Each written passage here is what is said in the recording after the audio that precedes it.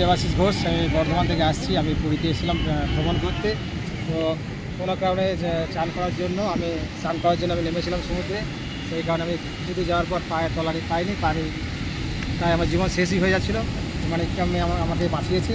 উড়িষ্যা গভর্নমেন্টকে ধন্যবাদ এবং লাইফ গার্ডে এরকম একটা সদস্য রাখার জন্য অসংখ্য ধন্যবাদ। এর জন্য আমি পুনর্জীবন পেলাম। ধন্যবাদ।